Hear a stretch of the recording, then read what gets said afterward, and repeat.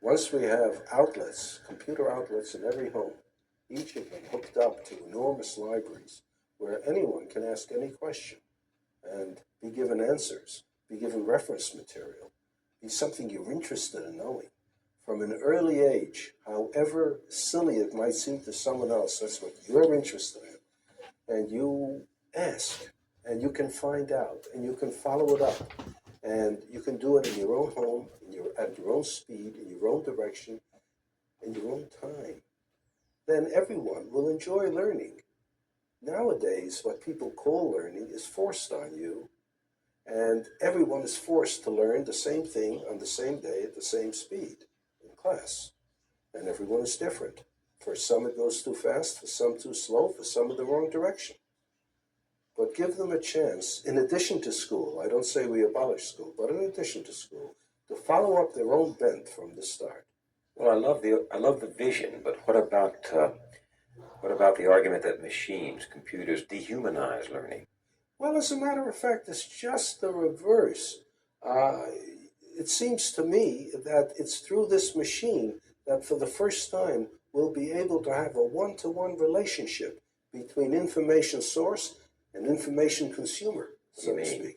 Well, in the old days, you used to have tutors for children. A person who could afford it would hire a pedagogue, a tutor, and he would teach the children. And if he knew his job, he could adapt his teaching to the tastes and abilities of the students, you see.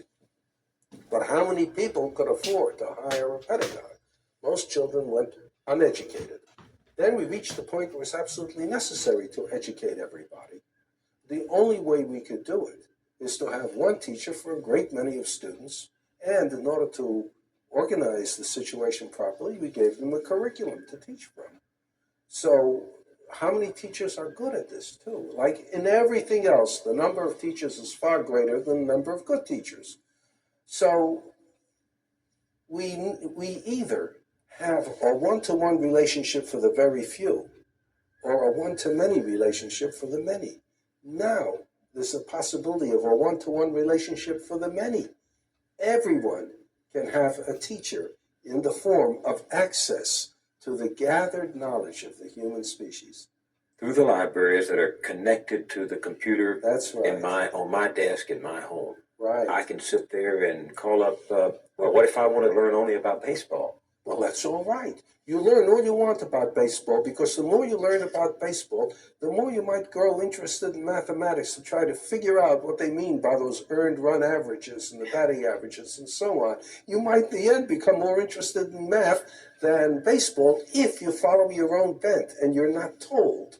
On the other hand, someone who is interested in mathematics may suddenly find himself very enticed by the problem of how you throw a curved ball.